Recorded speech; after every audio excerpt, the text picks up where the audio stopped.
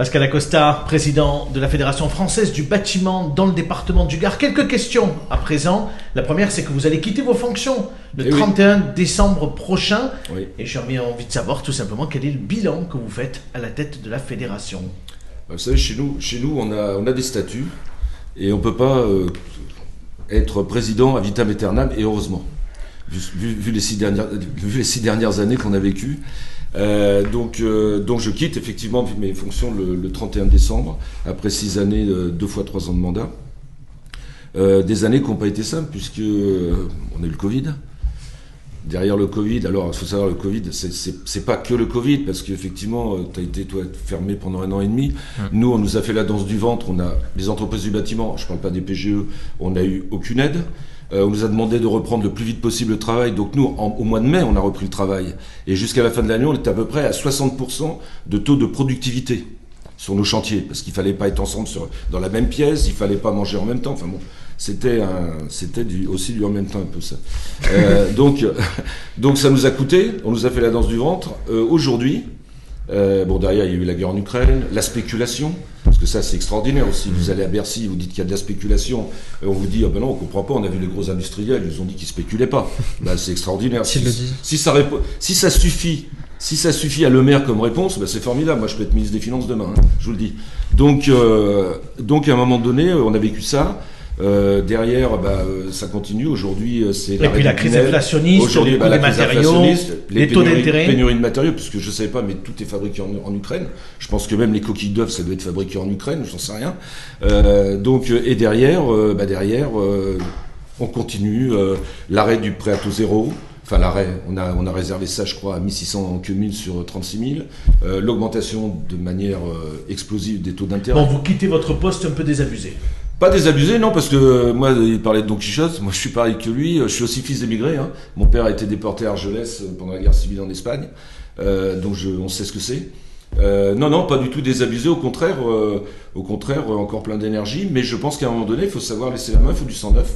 Et c'est Pierre Martin qui va vous remplacer. C'est Pierre Martin qui va me remplacer. Vous lui avez laissé une feuille de route, des priorités que vous imaginez? Pierre était déjà au bureau de la fédération pendant mes 2 mandats, donc il connaît bien les rouages de la maison.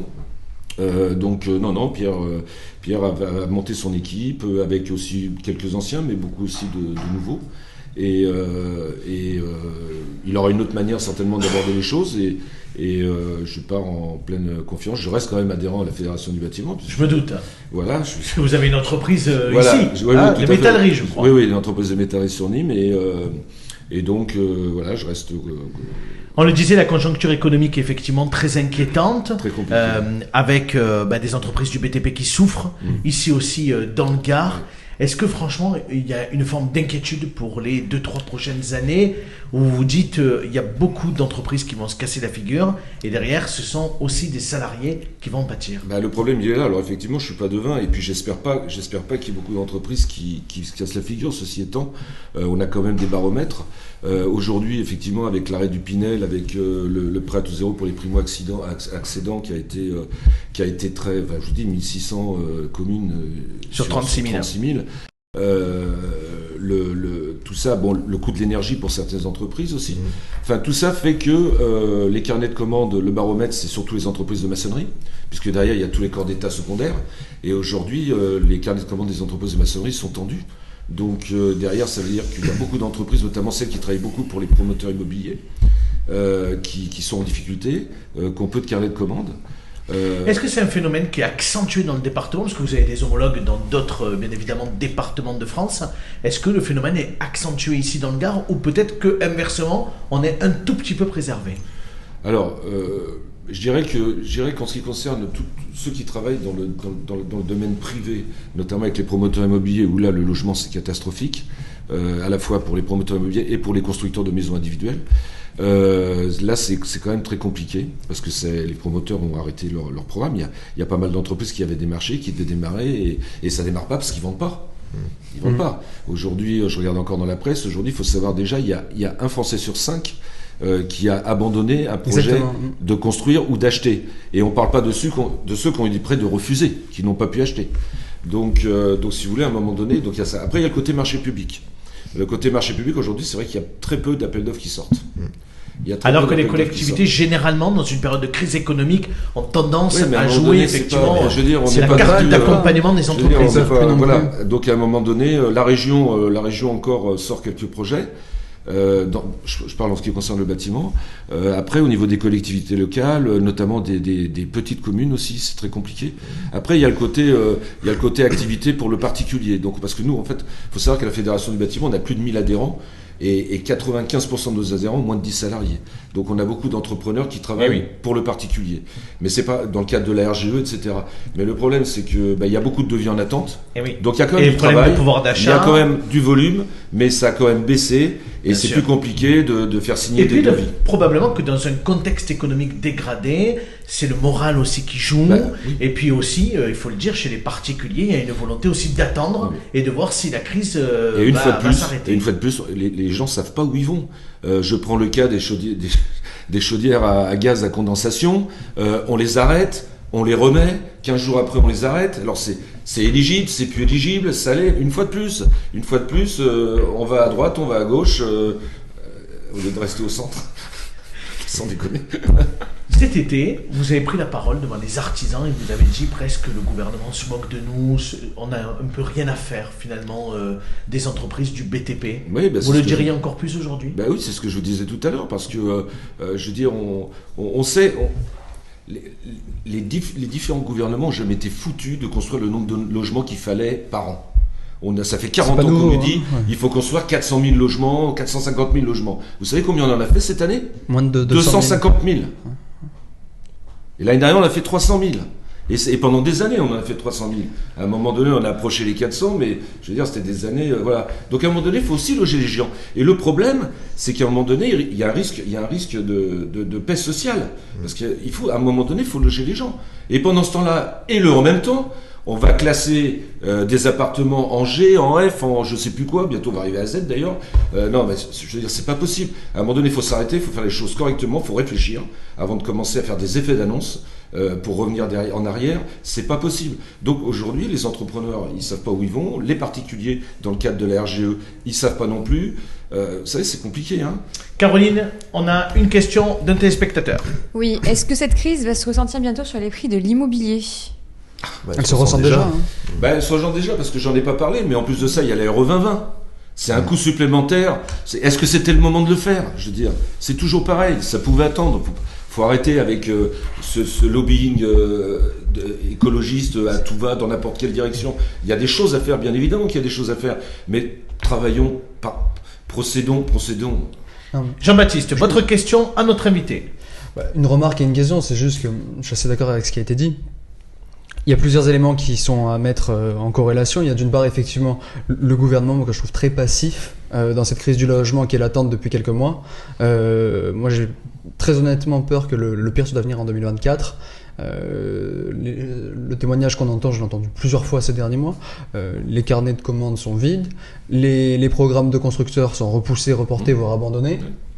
Et parallèlement à ça, pour ce qui est des logements déjà existants, on a d'une part des mesures qui vont dans le mauvais sens pour les deux personnes. C'est-à-dire, on parlait de la classification des bâtiments qu'on peut louer selon s'ils sont A, B, C, D, E, F, G.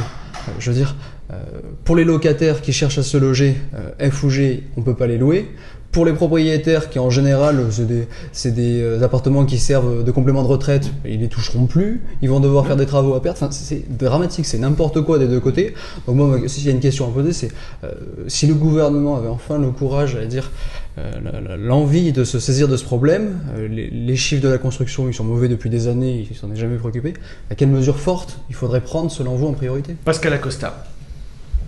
Déjà revoir un petit peu le mode d'accession des logements pour des investisseurs, puisque aujourd'hui les bailleurs sociaux sont pas capables de construire le nombre de logements qu'il faut, et ça a été d'ailleurs le but des investisseurs privés dans le cadre du Pinel ou d'autres. Le problème c'est qu'aujourd'hui on arrête le Pinel, mais une fois de plus on arrête, mais on n'a rien préparé. Donc on arrête et il se passe quoi? Donc on attend 6 mois, on attend 1 an, on attend 2 ans, et il se passe quoi derrière? C'est ça le problème. Mais travaillons par étapes. On pense à supprimer, mais avant, pensons à autre chose. de remplacement. Anticiper. Dans d'autres conditions. Anticiper, préparer. Effectivement, il faut dire les choses comme elles sont aussi. Il y a eu des abus dans le cadre de défiscalisation. Oui. Il y a des biens qui se sont vendus beaucoup plus cher parce que c'était défiscalisé, effectivement. Mais justement, il faut peut-être mieux encadrer tout ça. Donc, moi je suis pas au gouvernement, mais je veux dire, plutôt que... C'est quand même invraisemblable, quoi. Je veux dire, vous savez, moi une fois j'ai croisé un ministre qui m'a dit qu'il était dépassé par son administration. Donc il faut quand même le faire, quoi. Nicolas, votre question à notre invité. Moi, il y a un point qui m'a interpellé dans ce que vous avez dit. Alors, évidemment, votre constat, il est accablant et il est réel, proche des réalités. Justement, je pensais à la question écologique. Vous dites qu'il faut procéder par étapes. Moi, j'ai une solution, ça s'appelle la planification écologique. Ça peut faire travailler des milliers de TPE, ça peut faire travailler des milliers de PME. Et parallèlement à ça, ça permettrait de s'attaquer aussi à la cause de tout ça. Parce qu'on parle des cycles, c'est-à-dire que, bah oui, mais les prix augmentent parce que les grosses industriels abusent. Du coup, les collectivités, elles ont du mal, par exemple, à faire des appels d'offres et à pouvoir payer, ou alors elles s'endettent. Quand elles s'endettent, ça veut dire qu'elles sont en difficulté pendant plusieurs années. Derrière, ça casse la machine. Donc du coup, moi j'ai envie de dire, comment est-ce qu'on fait pour s'attaquer aux gros industriels? Moi j'ai quelques solutions. Et deux, est-ce que vous ne pensez pas que la question de la planification... qui représente la France Insoumise. Tout un programme. Mais bon, tout un programme. Moi j'ai des solutions, je fais pas des grands discours à l'Assemblée. Mais tout ça pour dire, est-ce que la planification écologique, justement, ce serait pas une manière de remplir les carnets de commandes sur le long terme? Pascal Acosta. Non mais si, bien sûr, mais il faut procéder par étapes. Tout à fait. Alors que là, on part dans un sens... Il n'y a pas de planification, de toute façon. Il n'y a pas que le bâtiment, on prend l'histoire des voitures électriques, on prend le machin, alors tout le monde a acheté des voitures électriques, et puis à partir du mois de décembre, tout ce qui est fait en Chine, il n'y a plus de bonus écologique, et vas-y... Mais là, moi, on va voir cet été, là, quand tout le monde va avoir une bagnole électrique et va vouloir charger sur l'autoroute.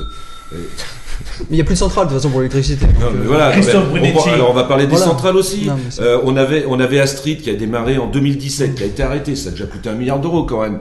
Et puis d'un seul coup, en 2022, on dit tiens, finalement, on redémarre un programme Astrid qui va nous coûter 5 milliards, et dont le prototype sera prêt en 2035. Bon, on se fout de la gueule du monde. C'est pas possible. Christophe Brunetti, quand vous entendez le discours du président de la Fédération française du bâtiment dans le département du Gard, c'est un peu le même discours qu'on entend maintenant dans tous les corps de corporation, tous différents, parce qu'il semblerait que dans ce gouvernement, on se plaît à désintégrer tout. Alors un coup c'est les agriculteurs, un coup c'est les pêcheurs, un coup c'est le bâtiment, un coup c'est la restauration. On laisse des outils à beaucoup de gens pour nous détruire, avec, je vais vous dire, les commentaires sur Google. Nous, c'est pour la restauration. On peut, sans venir dans ton établissement, sans avoir mangé ni bu un coup chez toi, on peut te critiquer, te descendre. Moi, j'ai même attenté, j'ai mis quelqu'un au tribunal, moi, pour ça. J'ai eu la chance d'avoir un procureur à Nîmes qui a écouté ma plainte et qui l'a mis en route. Et tu te retrouves à faire des démarches monumentales avec Google Irlande pour arriver à faire... enlever un commentaire d'une personne qui ment de A à Z et qui en plus profane des mais dans son intérêt en plus, probablement.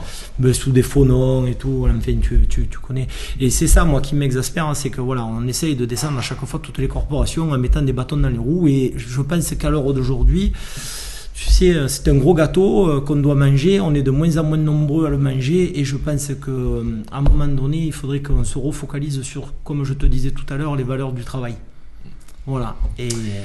Et en parlant de travail, il y a quelque chose qui étonne depuis maintenant plusieurs semaines, c'est qu'il y a un grand plan de rénovation urbaine sur Nîmes, et on se retrouve avec des chantiers sans candidats, c'est-à-dire avec des entreprises qui ne répondent pas au marché. Expliquez-nous, Pascal Acosta, pourquoi? Le problème, c'est qu'avec ce qui se passe en ce moment, il y a des entreprises qui ne veulent pas aller travailler sur ces zones-là. C'est que pour des questions de sécurité? Essentiellement, oui. Il y a deux choses. Et les leviers, parce qu'à un moment donné, ces chantiers, il faut bien les prendre? Oui, alors... Parce que ça donne quand même un peu de boulot aux gens aussi? Ah oui, non, bien sûr, oui, mais à quel risque, avec quel risque? Moi, si vous avez des salariés qui ont des droits de retrait. Donc, je veux dire, on va pas aller se battre. On en est là, On va pas aller se battre déjà avec des prix tendus, parce que c'est dans le cadre d'appel d'offres. Après, il y avait des projets où il y avait des candidatures de promoteurs. Donc là, je sais pas trop où ça en est, parce que les promoteurs sont pas avec nous. Enfin, on se rencontre, mais ils font pas partie de la fédération du bâtiment. C'est le syndicat des promoteurs, la fédération des promoteurs. Et puis pour le moment, ça démarre petitement. Alors voilà, il faut j'espère que ça va monter en puissance et que effectivement, alors il y a des fonds qui ont été mis pour la sécurité des chantiers au niveau du NP en rue. Et puis les délégations limoises qui montaient à Paris Voilà. également Oui, il y a oui, tout à quelques fait, jours oui, pour oui, réclamer oui, quelques fonds oui, pour répondre à la problématique de supplémentaires. sécurité. Et c'est ce qu'on a demandé aussi à M. Bonnet, le préfet, qu'on a rencontré il y a quelques semaines. C'est ce qu'on lui a demandé, je reviens dessus, c'est qu'il y ait un lot particulier pour ça, un marché particulier, et que ces fonds ne soient pas donnés directement au maître d'ouvrage. Merci, Monsieur Lacosta, Voilà, d'avoir répondu à toutes nos questions ce soir. Avant de...